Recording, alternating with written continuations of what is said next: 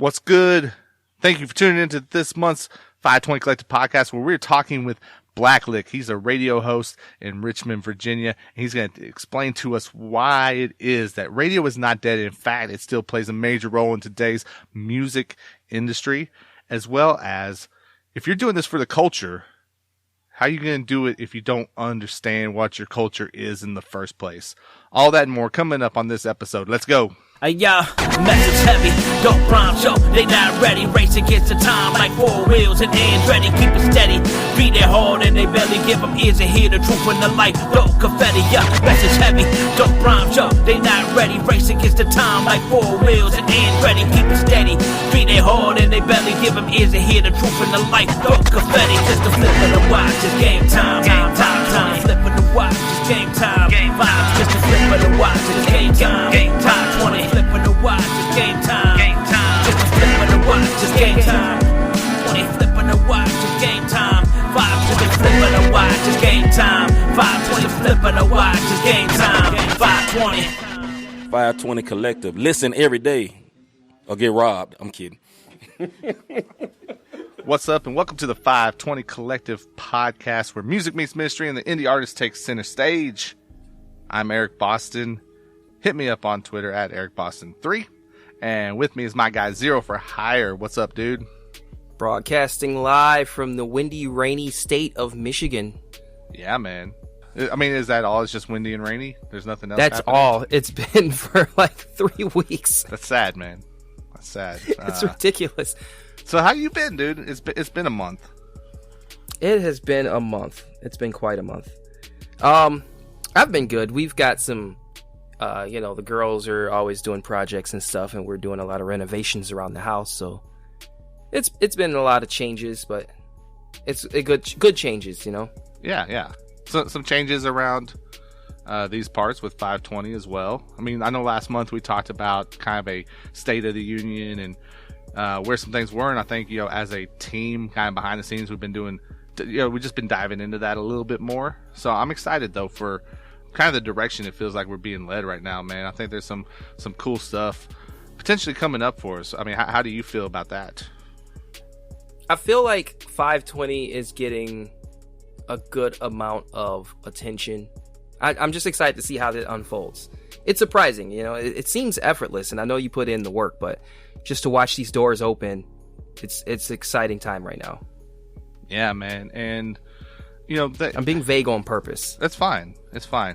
I'm gonna try to maybe go from the vague and narrow it down and be a little bit more specific here, because one thing we've been talking about, and some people may have noticed some changes, like on our social media, just the way some of the branding is on there. We've kind of changed our tag, if you will.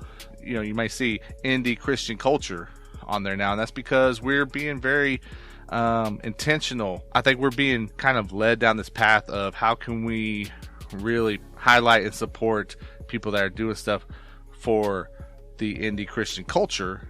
And that's something I wanted to talk about. Like, I was reading some different things, and I want to talk about one thing that I read that I'm not sure if you like. We're doing this on the fly here, so I might hit Zero with something that he's not prepared for. But some of the stuff I've saw this past week got me to thinking, and how it tied into what we're doing with indie Christian culture. And that's this idea of understanding your culture so that you can have an impact, right? We see a lot of people say, I'm doing this for the culture. Well, what does that mean? What does it mean that you're doing it for the culture, right? And I want to start with this example, Zero. Facebook has announced that after a year, they're getting out of the podcasting game. Let me start with this question. Did you even know that Facebook was a part of the podcasting game? Wait, what?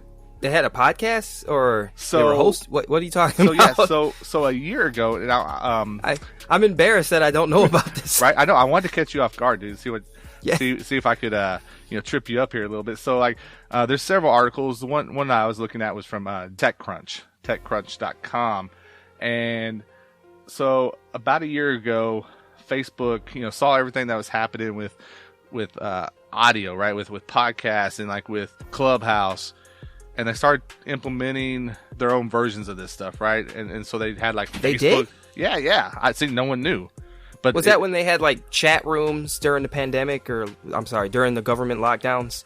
Well, I mean, this was literally like Facebook podcast for like a year or so. But they, yeah, didn't know about this. Yeah, I'm so embarrassed. So, but after like I said, it lasted for about a year now, and they're getting out of it. They're like, this isn't working for us. As a matter of fact, they're going beyond just what they were trying to do with podcasts, and they also announced that they were going to discontinue its short form audio sound bites feature and its audio hub in the coming weeks as well. Now they do want to have an audio hub. Yeah. Okay. Are we using the same Facebook or? Well, and this is my point. I'm building up to something, so just stick with me here. I'm gonna go along for the ride. Stick with me here. But so confused right now. Well, one thing that Facebook did say is that they are going to integrate, and I think this is what you were kind of talking about, live audio rooms, which is like its Clubhouse clone into like Facebook, into like the Facebook Live experience.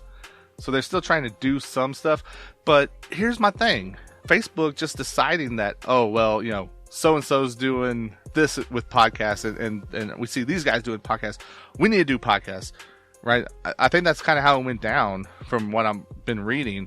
And it's like, I'm not sure that Facebook understood their culture. I don't think that they understood the people and what audience they have, right? Because I mean, most of the people that are really into podcast stuff or what's going on with Clubhouse and some of these different types of audio options out there, I'm not sure that they're the people that's rocking on Facebook. They're not my mom. Yeah, well, and also as a technology in general, Facebook had no business, quote unquote, being in the podcast game, because for those of you who don't understand what podcasting is originally based on something called RSS technology. It's called Real Simple Syndication, and it was a system that let you update your website or update a specific part of your internet digital world server or whatever. And when you uploaded a file or made an update, everyone who subscribed to that RSS feed would get a notification, and then they would instantly open up that website. And then we implemented that in the podcast, so when you updated your feed, everyone who subscribed would get a notification, and then they could download your podcast. Well, social media in general is a stripped down version of that, where it's not controlled by the people who run it. It's controlled by a central service, Facebook or Twitter or whatever. And as they were taking over the culture or the communication space or whatever, podcasters kind of relied on social media rather than their own RSS feeds to reach their audience. But it's just another version of the same thing, speaking technology-wise. Like, I've leaned heavier into my RSS feed as a podcaster because Facebook has been so restrictive on my reach. Does that make sense? Yeah. So for them to get into podcasting, they're kind of getting in their own way. I could see why they could why this is a problem for them. Not only are they not understanding it, they don't understand why they never should have been in that business in the first place. Right. And that's the thing. Like, I mean, the article talks about how they saw what Spotify was doing with their push into podcasting over the last couple of years, and Apple, and they kind of viewed it as maybe we can compete with them. Like sorry, that's not how it works. So yes, people are going to, if your podcast has a Facebook account, you're gonna go on there, you're gonna share the link, just like you would on any social media. But for Facebook to say, oh, we want to be a home for podcasts, that would never gonna happen. Yeah, no, because I would never, as a podcaster, as somebody, it's a totally different mindset. Like, as a podcaster versus any other kind of entertainer, you rely on your RSS feed to reach your audience. You rely on your email list and your RSS feed. When you rely too heavily on social media, you can't grow. And that's what we're all learning the hard way. I heard somebody on Twitter today talk about anytime they post something that they're trying to promote with their music, they get like 20 responses. But if they post literally anything else, you get 100 bajillion responses. They know what they're doing. But I don't have to deal with that with my podcast feed. Like, if you go to thezerohour.com, not only will you get the services that I benefit from for engagement online, but, it's a direct link to me as a podcaster. So if you want to listen to the show, things like that. And 520 the same way. 520 Collective, if you use the RSS feed every time we upload a new show, you're going to get it regardless of what Facebook is feeling like that day. I'll use this opportunity right here for a shameless plug. If you want to get that into your email inbox as well, go to 520collect.com, sign up for our newsletter, which comes out every month right after the podcast drops and notifies you guys that it's out as well. We'd love to add you to that list, so go drop your email in there so we can do that. But again, like I said, this wasn't meant to, like, I wasn't trying to poke at Facebook necessarily with this. I just felt like it was a really good example of something that we've been thinking about here, and that's this idea of culture and how do we have this impact, right? Like, for us specifically at 520, we've looked at it as, hey, it's cool what's happened with 520 and the Christian hip hop community, right? Like, at the end of the day, I feel like music is a big part of culture, but we want to make an impact for like that bigger bubble of Christian believers as well. And how do we do that? And yeah, I mean, seeing what Facebook kind of went through this year with podcasting, it makes me think about, like, okay, if we are going to start branching out a little bit more as a platform, as a community, and highlight people that are really doing stuff to impact Christian culture, whether it's music or podcasting or filmmaking, whatever. First things first is we got to understand the culture in order to get our foot in the door and get the culture to open up and accept us, right? And I think that's the same thing for artists, man. Like, go back to a few minutes ago. How many times have you heard an artist say, man, I'm doing this for the culture? Okay, cool. What exactly does that mean? What is it that you're doing? We can say we're wanting to impact indie Christian culture, but what does that mean? I think it was really good for you to lead with the Facebook analogy, because it's a good example of what it means to misunderstand your culture. So I'm sitting here, I'm looking at some definitions, but the third definition, because the first two definitions talk about art, letters, manners, scholarly pursuits. The second one is the excellence in arts or manners. But the third definition... But even that you said, like those first couple of definitions, right, where they were talking about different aspects of like art, like that's something that gets overlooked, I feel like, whenever you're talking about a subgenre of music, right? Like, we get so fixated on, okay, Christian hip hop in our example, right? Where, man, there's a lot of people that are doing really cool stuff with music that's not Christian hip hop, but it's still indie Christian music, right? Indie faith-based music. I think that they're not taking a colloquial approach to culture. They're looking at, maybe what we're characterizing as a subculture. But let me jump back to Merriam-Webster here. It says, the customary beliefs, social forms, material traits, and racial, religious, or social group. The shared attitudes, values, goals, and practices that characterize an institution or organization.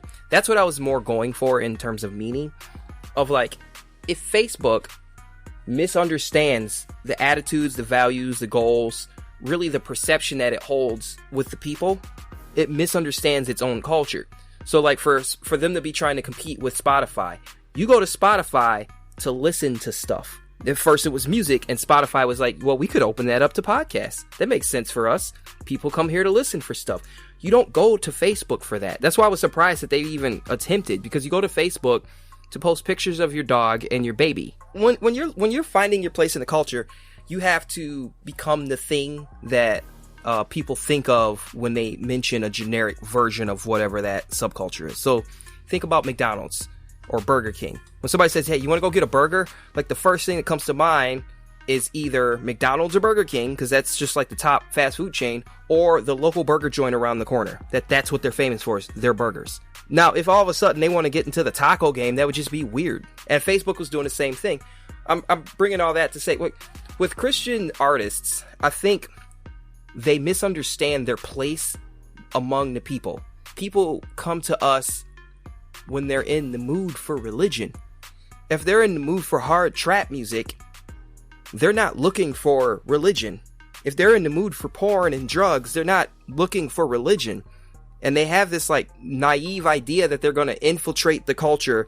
And it's like, if you're looking for your next fix and you run into church guy, that's going to bother you. You're not going to be like, oh, that's cool. He's cool. I'll do this instead. That doesn't happen unless God's working on your heart. So it's like, work on your place so that when people think music for Christians or something like that, that's what they know to go to you for that.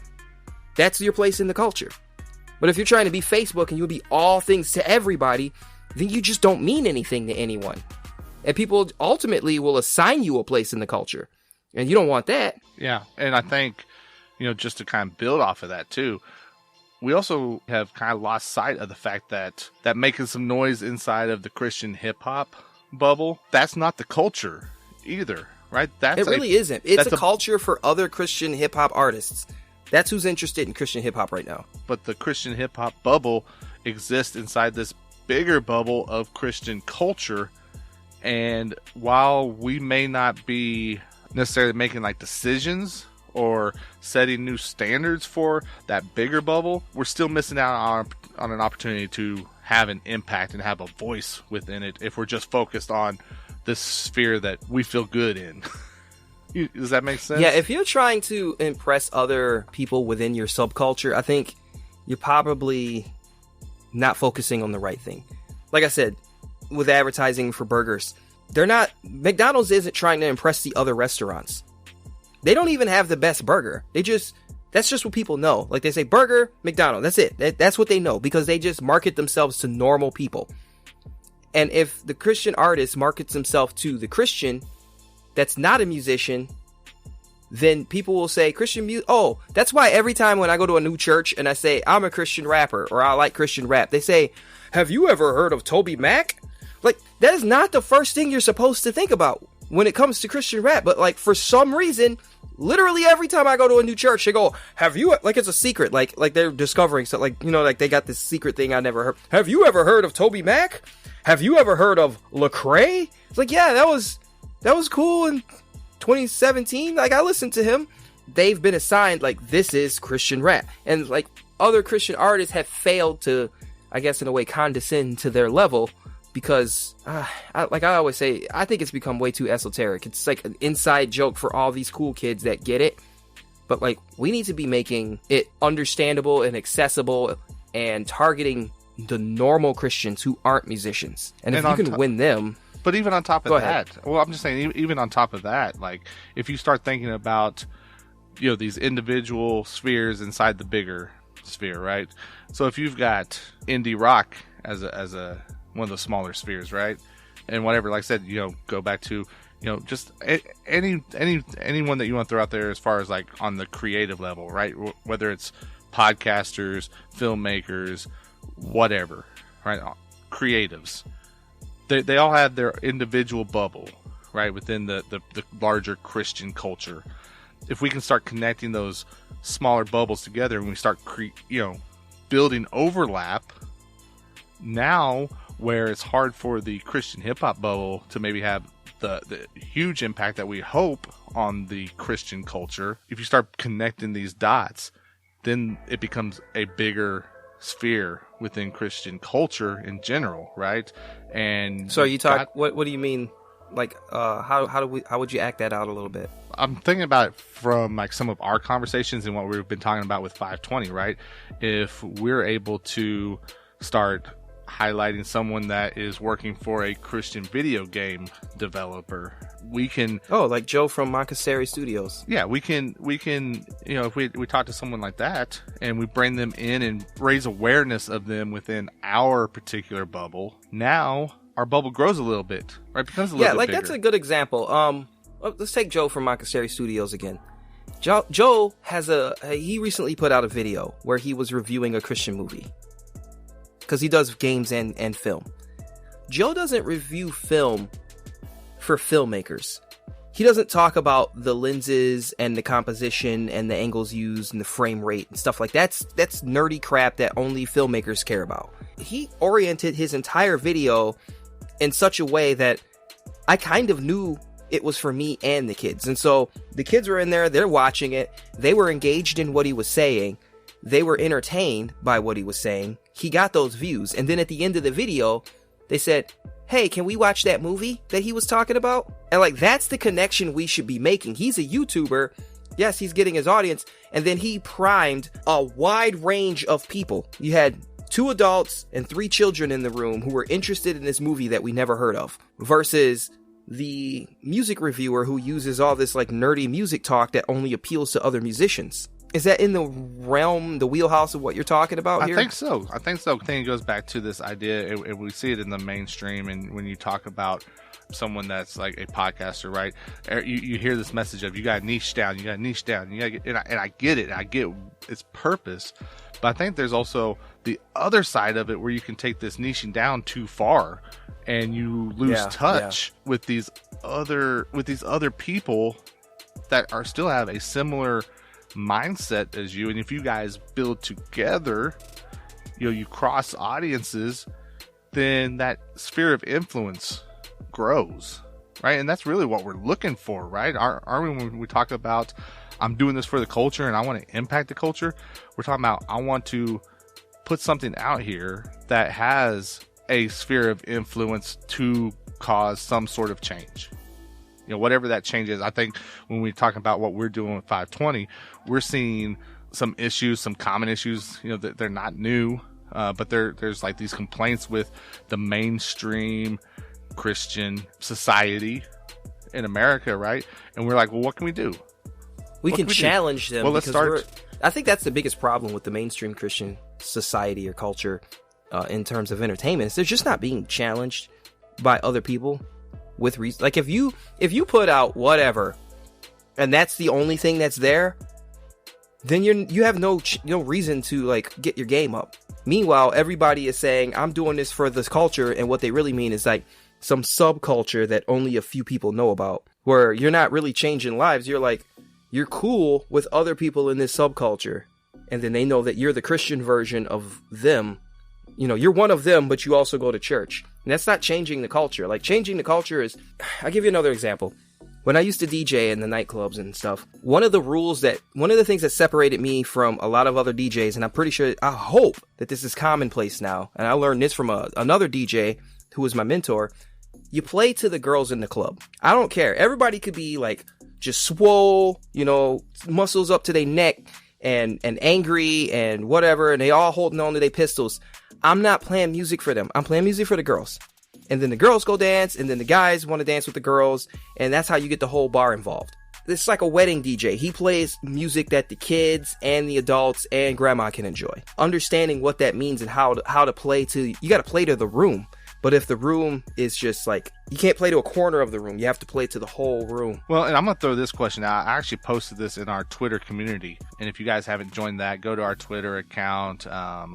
And it's linked, or it's pinned right at the top. You can join the community. You get some exclusive content in there. But I want to pose this question to you, but even more so, I want to pose this question to the listener, because I don't have like a clear answer for this right now. So I'm very interested to hear a lot of thoughts on this. If we're looking at it as 520 collective, right? And the collective is an important part, right? We want to bring people in, we want to do this thing together. It's all of us plus the people that support what's going on here, right? If we're going to talk about this platform, how do we feel like we can have the best impact on Christian culture with the platform that we've been building, and make sure that we're following the way that we feel like we're being led? If you're listening to the podcast, I want you to go and join the Discord, join the Twitter community, go to the website and leave a comment in the podcast post, whatever. I want to hear your guys' thoughts. Like, what do you see us as a collective being able to do to have true impact on this indie Christian culture? I know that one of the biggest problems that I had when I first became a Christian was leaving the old things behind and then adopting newer things. And that's one of the reasons I was so serious about Christian music and DJing and things like that in my early Christian years, was because I had a mission to discover those things, because they weren't just readily available. If you're an artist, I think that you need to adopt a people group, bring them into the world of what you do. And it shouldn't necessarily be a group of people that are already like involved in it. So like if you do rap, don't go to the streets for find somebody that you can make that relevant to. Like there's a guy you wouldn't he installs car stereos and he listens to metal and he's got a family, and he's just a regular guy that works at his shop on cars. And he's like, I want some Christian rap that I can listen to, and all I can find is like, and he listed off some stuff. Adopt that guy, not the guy from the streets that's out there in the hood and in the culture and stuff, but like, adopt the normal guy at work. I think if you adopt that, if you take that mindset that you're going to adopt whatever that group of people is that you feel like you relate to as a person, that's a good way to impact the culture. For me, I relate more personally to people that are like deep into philosophy and theology, apologetics, doctrine, who like talking about that stuff. So I have to talk about that stuff in my music. I don't necessarily dress it up in terms, but like that's the direction I take with my music, because those are the people that I relate to. It's not where I come from at all, but those are the people that I relate to in Christ. Well, and I would also say that if I'm going to say I'm doing this for the culture, and by culture I mean I'm doing this for my buddies, then I can't be shocked and I can't be like, man, why is it not doing more? Well, because how hard is it to make an impact with your circle? It's not. They should have your back no matter what you're doing, right? So I think if you truly want to make an impact in a culture, you got to get uncomfortable. You got to go to places where like I said, where it's just not, like you were saying, like the average guy, not the person that you would necessarily think of, right? But there's that you got to be vulnerable. While I have no idea what it looks like as far as what's coming up, the one thing I am pretty certain of is that I'm excited about the path we're on. Nervous to a degree, I guess, a little uncomfortable, but yet even with all that, excited, and I feel like we've got a good team, we've got a good collective, because like I said, it's not just us. We got people in the Discord, right, that are along for this ride and support us. Like, I feel like God's putting us in a place where we can have a true impact. What that looks like, I don't know, but I think we can do it. So let's do it together. If you want to talk about a guy who has taken skills and been able to impact his local culture, that's the guy we got coming up on the Industry Insider Interview Zero. We got BlackLiq. So he's an artist out of Richmond, Virginia. He's also a radio show host. He's got a couple of radio shows. And he joined us this month on the podcast, on the Industry Insider Interview, to talk about what is the role of radio in today's music scene. A lot of people like to think that radio's dead. Oh, no. And he says that's simply not the truth. Yeah, that's a whole different animal. It's simply right not there, the man. truth. So make sure you stick around after the break for the Industry Insider Interview with BlackLiq. Again, guys, Industry Insider Interview with our guy BlackLiq coming up after the break. Thank you so much for tuning in to this episode, and we will be back at it again next month. What's up? It's the publisher here, Mr. Kelly Cole. You're rocking with 520 Collective Podcast. Keep it locked. Artist, what is the key to getting your music to your target listener? Making sure that your catalog is available where people are listening. Trackstars is helping independent artists do just that with Nectar Distro. Sign up for Nectar today to have your music delivered for you to all the major digital streaming platforms, including Spotify, Apple Music, Tidal, SoundCloud, YouTube, and much, much more. Go to 520collective.com/nectar, that's NECTAR now, to sign up and keep 100% of your royalties along with all of your music rights. With monthly payouts, comprehensive reports, specialty tools like the Single Maximizer and account management services, along with a dedicated team that understands your needs as an artist, it really is hard to beat what Nectar Distro and Trackstars bring to the table. So hit up 520collective.com/nectar to get started now. Hey guys, I want to say thank you for listening to the 520 Collective Podcast. This month's Industry Insider Interview is coming up in just a moment. Before we listen in, make sure to check out 520collective.com. It is the home for indie news and faith-based hip-hop. Follow us on social media, including Twitter and Instagram at 520_co. Also, to get exclusive content, hit up our AudioMac account where you'll find extended interviews, playlists, and more. Let's jump into this month's interview. Welcome to this month's Industry Insider Interview, brought to you officially by Bookkeeper247.com. What's up? I'm glad you're tuning in for this industry insider interview here on the 520 Collective Podcast. Big shout out to our interview sponsor. As always, it is the Bookkeeper 24/7. Go check them out at tbk247.com, where they are putting on for the culture. They're looking to, make sure people know what's going on within the Christian hip hop space. And man, we appreciate those guys, Daryl and the team over at the Bookkeeper 24/7. So go show them love. Again, it's tbk247.com. And joining me right now on the 520 Collective phone line, he is an artist, speaker, educator, radio host, a whole list of things, I guess. And we can dive into those as we go. But right now on the phone line with me, it is BlackLiq. What's going on, man? I am chilling. Can't complain. Just trying to stay warm because it decided to get cold out here. Yes, it did, man. And you're in Virginia, right? So it's not too far from where I'm at. So I know it's been cold here lately. Yeah, it was. I'll never forget. Like a few weeks ago, it was like 70, and then it snowed the following day.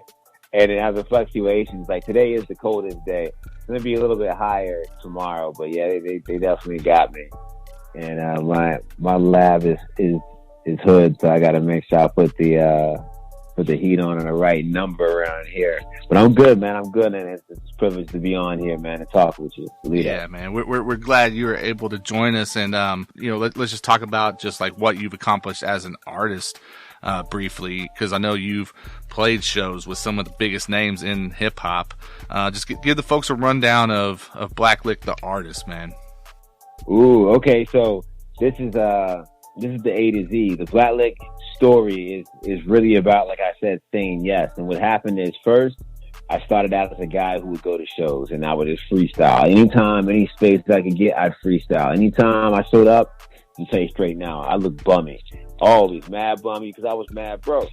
And I didn't care though, because you judge me solely by the way that you see me, and I know you're not listening to me.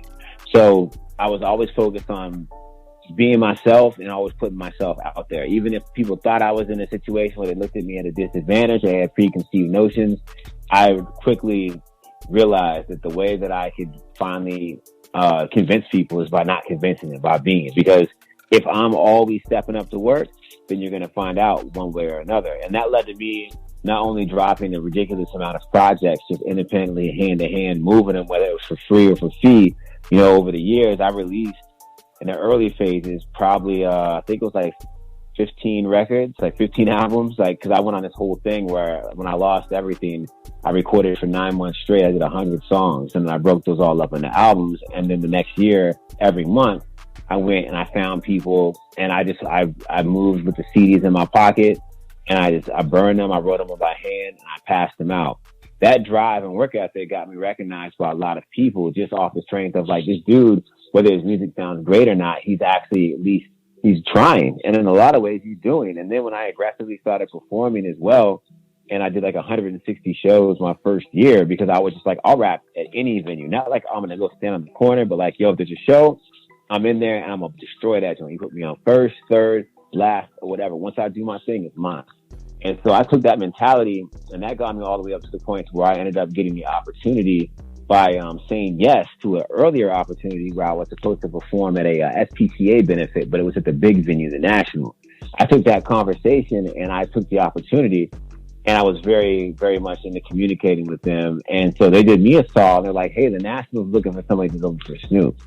And they were like, we can't guarantee you anything, but here's the contact. I made the contact, and I always tell people, this is one of the most important things that I ever did, was when the people at the National asked me why I deserve to open for Snoop Dogg, I told them it's not that I deserve to open for him, it's that I'm willing to be transparent with you and tell you what I can and cannot do, and I will put 100% of myself behind pursuing this opportunity and maximizing the effectiveness and professionalism that takes place throughout the entire existence of this opportunity.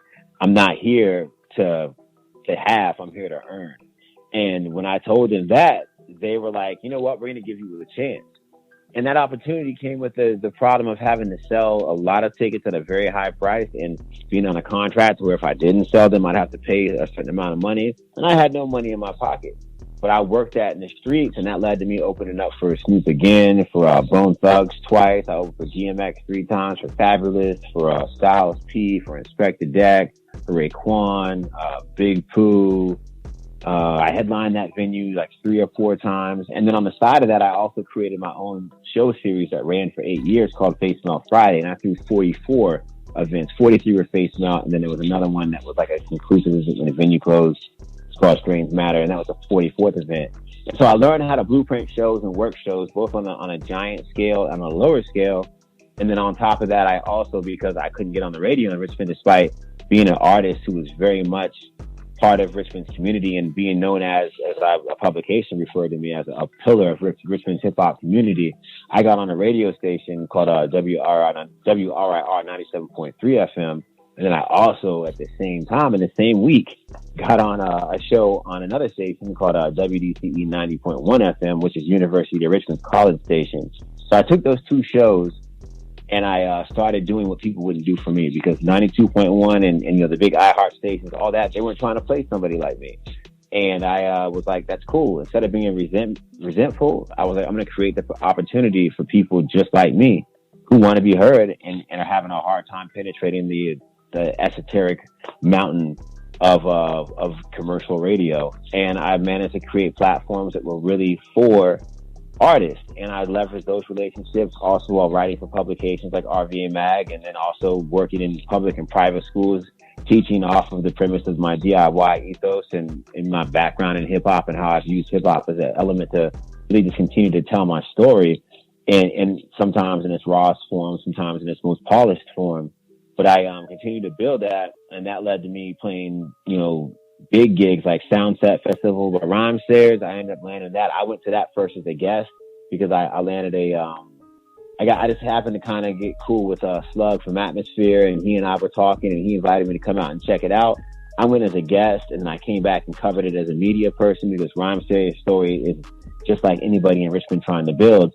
And then just off the strength of my work, I randomly got asked to play it, and I found out Slug had nothing to do with that.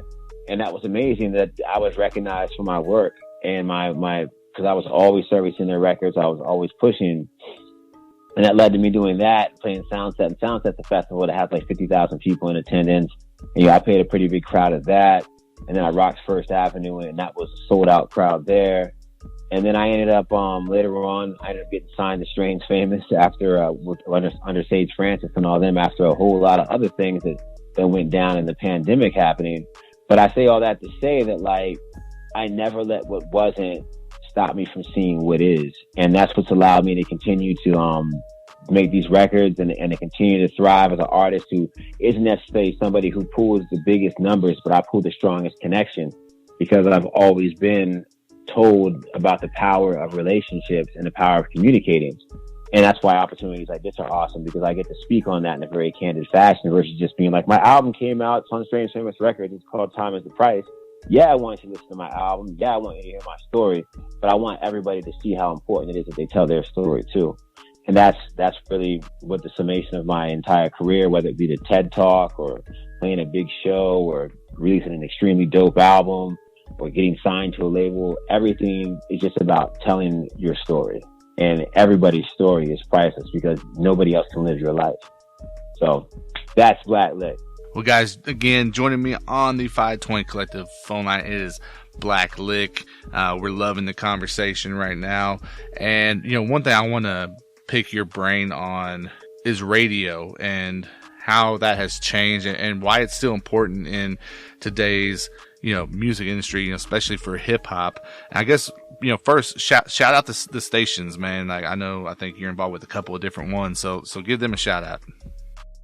Yeah, number one, of course, and like I tell people all the time as well, I'm on WRIR 97.3 FM. That's WRIR.org, also for the online stream and archive. And then I'm also on WDCE 90.1 FM, which is University of Richmond station, a college radio station. And that's WDCE.net. I do a show called Hip Hop for the Rest of Us on Saturday nights from 1 a.m. to 3 a.m. on WRIR. And I do a show called Hip Hop 101 Monday nights from 11 p.m. to 1 a.m. on University of Richmond station. I'm also the hip hop programming director for University of Richmond station. And so what that means is that not only as a DJ am I empowered to play people's music, but as a hit programming director, I'm able to put people's music into rotation and then also share it with my other DJs and service those records. So I say all that to say that if you're listening to this right now and you're a hip hop artist, feel free. I don't play R&B and all that, but if you're a hip hop artist, you can go to my Instagram, for instance, which is BlackLiq. All my social media handles are the same. It's all BlackLiq. But you'll see on my profile as a post highlight that says send music. And you can send me your music and I'll check it out. And chances are I'll play it or get it played. And you'll be on the radio. But of course, you do have to have a clean record without curse words. And you can clean your record in the studio. You can have somebody clean it, which we'll get into. But that is what I do with shows that I'm on. And it's been incredible. I've been doing it for, I think, over 12 years now. The interesting thing for me, with radio, and I'm a big believer in radio, growing up, that's what it was, right? I mean, that's where you could hear the new stuff. I mean, with that, other than turning on and watching like MTV or something, right? But with digital streaming and everything with the way music is consumed now, you've got some varying opinions on some of these ways to get in contact with music, right? Like you got some people who think that radio is dead, right? Or if not dead, they just don't view maybe radio as that important. And I feel like if you're an artist and that's the outlook you have on it, you're really still missing out on a very valuable opportunity when it comes to radio. However you believe, you either believe that DJs still break records or you don't. I don't know. I don't care. Regardless of your thought there, it's like, dude, there's still people, there's still a potential fan base that you can tap into that you're not, if you're not getting your music in front of these stations, right? How do you feel on that, man? Like, well, the thing is one, I think a lot of artists have no idea about how publishing works or what non-interactive media versus interactive media is, what a PRO really does versus the DSP. What is Spinitron, what is Sound Exchange, what is BMI or ASCAP. These are the things that people throw out, and everybody's like, you should own your masters. They don't even know what their masters are or whether or not their masters have any sort of value through a path of exploitation. So there's a lot of music industry aspects that artists remain ignorant in simply off of principle. The other aspect is that radio is nothing more than a representation of choice. Radio by and large, FM radio, internet radio even, is non-interactive media. That's why certain PROs handle it. And your DSP, your streaming software, your streaming source instead, that's something that's interactive media. That's for you as a consumer select what you want to hear. Every person in this era of social media and multimedia being in the palm of your hand is having so much power of a choice, yet but kind of very little influence over what you're offering beyond where the algorithm responds to your choice. All of it is built around every person being their own broadcast entity. And so what happens is that to simplify that example is that imagine what your life would be like if you controlled everything you encounter every day. You only saw what you wanted to see.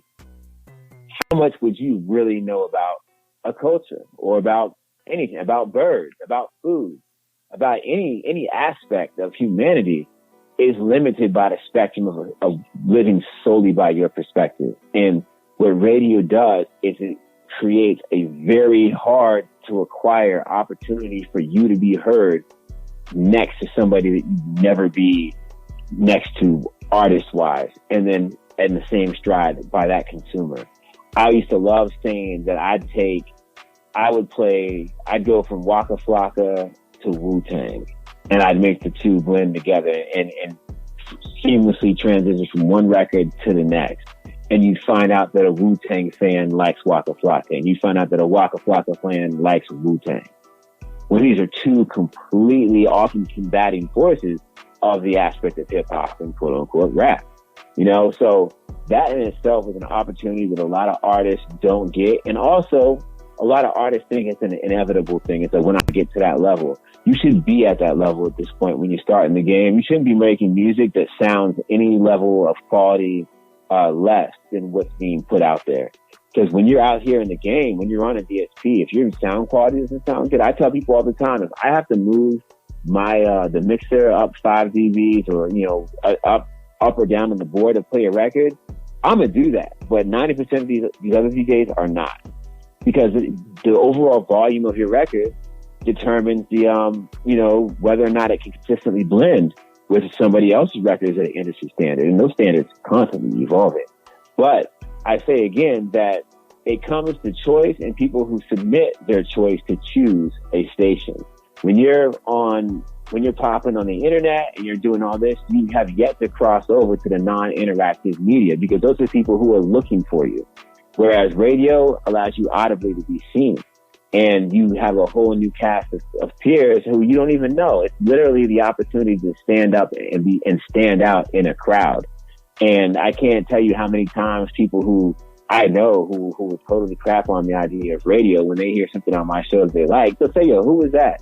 Or they'll pull out their own way to cut away a choice. They'll Shazam it and be like, yo, what record is this? And then they'll add that to their own playlist. So there's an intermingling even through that creative aspect and that user-defined experience of what is selected to be heard, that any artist who thinks that radio is a waste of time or is dead is missing. And yes, definitely DJs still do break records, and they do more than break records. They break and they reinforce personalities just as much as any other, like No Jumper or something, any other platform, because all these different audiences, whether they swell or shrink, they have dedicated listeners. And also radio is a qualifier. If your record is heard and supported by iHeart, if it's picked up on that, if it's done by Stretch and Bobbito, if Sway's playing your record, you immediately, if Static Selectors mess with you, you immediately are qualified to be heard in all these other areas. You are now a peer. Even though you've always been a peer, because you were peered, you're now a peer. And that means that you can say, put that respect on my name. And also, that is a reason why I tell every artist, when you're in the studio and you got an engineer, when you're bouncing your record, make sure you bounce out a version without the curse words too. Dub the lyrics out. Dub the curse words out. Because that way you can, every DJ who hears your song, if that's hard, they'll let me get a copy of that. You send it to them, it should have a DJ pad that's a clean version, so that your music can be heard in all these different markets, that you're ruling yourself out. It's self-deceit. It's stupid to be like, it's like going to the laundromat with a pocket full of hundreds when the machine only takes dollar bills. Something's got to change. Exactly. And now this is my opinion. I feel like one thing in this era of DSPs and people putting so much focus on being on Spotify and Apple Music and all this stuff is that while that's cool, they're missing out on building not only a target audience, but missing out on connecting with their local community as well, where you can get some true support. And for whatever reason, there's a lot of artists not making that connection. I don't know. It's kind of confusing to me as to why that's happening. Oh, I got a way to explain that to you. And the two words are in common in it, and that's media. But the difference is that people think social media counts as media training. And they are two completely different things. As somebody who's worked in media, I can recognize who's a media trained artist and who's not, especially when I watch an interview. Or and like a lot of these artists, now that come around, they have no idea how to market themselves, how to build a relationship, how to communicate. They've never sent out a press email before. They've never read a press email before. And that's one of the keys, that being directly involved with the distribution of your music to radio stations. Not only do you have to believe in your music every time you hit that send button, you have to get used to rejection, and you also have to learn how to support and carry the narrative when you do get elevated by being on a broadcast entity. And I think a lot of that is missed because artists want to constantly stay in positions where people can't tell them no. And it's a scary, disgusting, terrible world out here, man. But that doesn't mean that it's a world where you're guaranteed to lose. You're going to have to lose a lot. But so what? It's not the end of the day just because somebody told you no, or somebody said they don't like your record. You can send a DJ another record. You're an artist. You should never be running out of music. You can constantly come up with new concepts and new ways to execute and to present yourself in the best light that you currently are and with the best sound. And I think a lot of these artists are scared of that. They'd rather look cool than show who they are and do it in a way that they can't control. Like I had a guy say, yeah, you can interview me and then I'll edit the interview. It's like, why would I ever do that? It's such a contradictory mentality. They don't understand that podcast is like long form talk radio with an interactive media selective process involved. Like they don't want to do that because it means that you are not in control, when it gives you more control than ever if you know who you are and what you're doing. The easiest way to gain a fan or to gain a supporter, or for somebody to know something about you, is to offer to do something for them. And like, I don't understand a rapper who has social media profiles and they're on private. Like those are the kinds of things I see. You're a rapper and you tell me about yourself, and then I try to follow you and I have to request. So which is it? Make up your mind. Are you out here or not? You know? And, you know, if you want people to know you, the best thing you can do is get to know them. Like, why are you so concerned about having that leverage? It's like, it's like in Star Wars where, you know, Anakin's jumping at Obi-Wan and Obi-Wan's like, don't do it, man. I got the leverage. I'm going to cut you down. And they just do it anyway, over and over again. And then they get mad when they ain't got a leg to stand on. And it's like, yo, you're defeating yourself. You know, view the room, learn the terrain. And most of all, don't take the people in your community for granted, because the people in your community, they feel just like you because they live in the same community as you, man. Exactly. They're exactly. Like there. And I want to do a short follow up here. I don't know. It may be two parts. However you want to answer it. But you talked about, you know, obviously making two versions of your song, right? Making a radio edit to get to DJs. And I think that's a great place to kind of start. But say I'm an artist and I've done that, right? I've made my song. Where do you point that artist to as far as like those initial steps at that point? Oh yeah, no. I got a pretty, let's see here. The best way to say it is this. Okay, number one, when you're in the studio and you got your record, make sure your clean version is completely clear, which means listen to it and make sure that it's clean completely. Listen to it several times.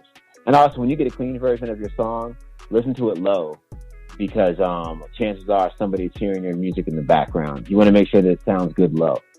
And you want to make sure it sounds good loud. A lot of engineers trick artists into thinking their mix is good just by playing their music on extremely loud on high quality speakers. Play your song in the car before you leave the studio. Make sure that it sounds good. Number two, though, is once you do have your record complete, you need to figure out, number one, you should definitely try on your own. I think every artist should go through the miserable process of sending individual emails to different radio stations. Even if you have a copy and paste portion of the email, you should try to find a way to personalize each individual or station or whatever it is that you contact. Don't spam somebody with links. Send an actual email to them directly. Be professional when you contact them on social media and say, hey, I've got a record. Don't tell somebody your record's a hit. If your record doesn't have millions of plays, it's not a hit. And even if it does, it's not a hit. You know, if it was a hit, you wouldn't be sending the record. You'd be getting asked for it. So unless they're asking you for it, it's not a hit. So treat it as such. Say your music it may not be a hit, but where your music is an opportunity, both for you and for the audience to hear it, for the person who's playing it, because every DJ wants to be the one who breaks the record. So if you got a hot record, say, hey, listen, this is my new record. Make it quick, have a quick, succinct intro. It's personal, and then put your record on there. Make sure the file name is straight. Everybody, don't send bounce out number A _ mix _ fire _ No, it should have your name, and then it should have a song title, and it should say clean. That's it. Yes, sir. Yes, sir. You talked about artists submitting music to you for your station. Just like whenever you get those submissions in, like what's a couple of things that you're looking for from a record that will make you think, man, maybe I'm going to add this to the rotation? Oh, yo, this is great. Yo, I hate it when somebody emails me their song and I have clear instructions and you followed none of them. Now, me, I might hit you up. Everybody else I know was to delete it. Your file name. Why do I got to rename your song? I told you how to name it. Why do I got to rename it? You know, like that's another one. Is your song actually clean? If I play your song, why do I randomly hear the N-word in it? The thing that you just want to always make sure you do is you send an email, brief intro. That's maybe 2 or 3 sentences. You want to immediately get to the artwork, all the social media handles, and you want to have that link, preferably below the artwork. You should declaratively state that it's clean and you should definitely send a positive source of follow-up. Say, hey, like check in on it. And when you do get played, contact back and say thank you. Stuff like that goes a long way, because being a DJ is a very thankless deed a lot of times. It's like being a parent practically, as they say, to show that you actually care equally. Because like, if you don't care, why should I care? That's the ultimate determining factor. It's that if you don't care, why should I care? Right? At all. Just like you ask insightful questions that show that you took some time to think about it. That makes me feel great, which means that makes me really focus on giving you answers that mean something. And it also means that your audience, who hopefully is already in tune with how important your perspective is and how engaged you are in presenting the best quality questions, everybody is in a bubble of where they're already past the point of accepting what something is, and they want to really know about it and why, and walk away with their version of understanding. Like, again, if you're not willing to lead with your passion instead of just your enthusiasm and your entitlement, you're setting yourself up for failure. And I mean, that's like, as somebody who's interviewed hundreds of people by now, myself, and done just as many interviews about myself, like, I really appreciate the time that you've taken to ask real questions and have a real conversation with me and treat me like a person instead of just a product. And I think a lot of people don't realize that at the end of the day, just because you're somebody who's making music and you're a rapper or you're a singer or whatever, and you really believe in your record, you need to recognize the fact that you believe in yourself, but also the person that's going to be playing your music or exposed to it is a person before anything else. So treat each other like humans, man. Like, just try to look at somebody's life and recognize that you're asking for space in their life. And then space in their attention span, and watch what happens when you do that over time. Not just when you do it once, but when you do it 99 times. That 100th person, it might be the one that actually shows you that, yo, you are right. You've been doing right by all these others. And then those other people, they might turn around and be like, okay, I can't tell you how many times I've played a song, and because I played it, somebody else is playing it.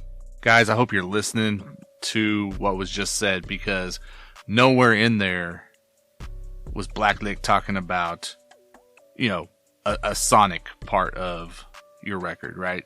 It wasn't about, I'm just listening for the hottest track, right? I mean, I'm sure that... Oh, yeah, no, not at all. Yeah, I'm sure that plays into it at some point along the line, but that's not the big impression. Man, Black, I love just what you've brought to the podcast, man. Yeah, man, there's just been a ton of gems on here, man, that I think if people are really listening, and artists, I'm talking directly to you right now. You're really listening. I hope you're taking notes, and then you're taking those steps to put it into practice, right? Because especially when we're talking about the Christian hip hop space, right? Christian rap. While there's been strides taken, especially in the past decade, as a whole, as a community, as a genre, we're still not there. So I want to see you guys getting better, and this right here is ways to do that. So, man, Black, thank you so much for being on the podcast. Again, shout out, whoever you want to shout out, and make sure you throw out your socials and all that good stuff, like where people go and support you, man.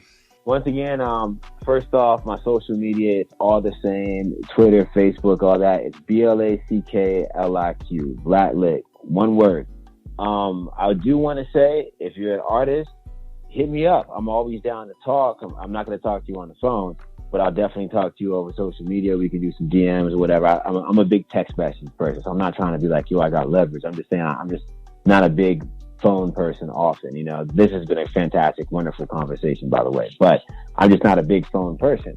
But I would love to communicate with you and also have my words in front of your face, so you don't have to remember what I said. You can look at it and say, that's what he said. Number two, internet-wise, people you should follow are Rap Coalition, which is Windy Day. You should follow Blame the Label, which is Amir and Bessie. You should follow, let me think, Atmosphere, of course. That's typically, if you want to see what's possible when you dedicate your life to the game, look at Rhyme Sayers. Look at Sage Francis. Look at Strange Famous Records, where I'm signed to. Look at people who are Patrick Currency, people like that who actually really, just, regardless of what you may think of their music, Tech Nine, Strange Music, they've all decided to build things one step at a time. Try to consume things on social media that inspire you to try to reach for your goals, but recognize that you're going to get there 1 inch at a time. It's rare that there are any shortcuts. You'll work twice as hard trying to find a shortcut towards your goal. And at the end of the day, remember, Christian hip hop is still hip hop, which means that the truth is universal and it's evident. And, you know, you might have more spirit in there than somebody else, but regardless, the thing that is always going to be there is you. And if they don't want to hear one part of it, there's still a whole lot about you that they can hear. So find that balance, find ways to really make sure your message is clear and that it's not exclusionary, and always keep the faith and be focused and positive in what you do. Because at the end of the day, it is, God willing, it's the start of another.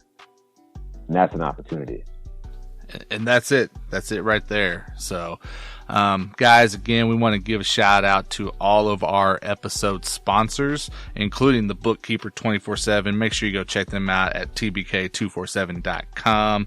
And yeah, man, giving you guys a shout out for tuning in and supporting this episode.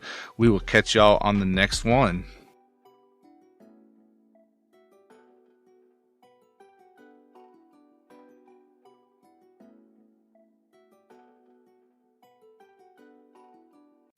All right, we're so glad that you tuned in for this episode of the 520 Collective Podcast. In fact, we don't want it to end here. Make sure to join our server on Discord and be part of the growing community that's centered around faith-based hip-hop. Let us know your thoughts about the topics covered in this episode and tap into a variety of live events. Go to 520collective.com/Discord now to join.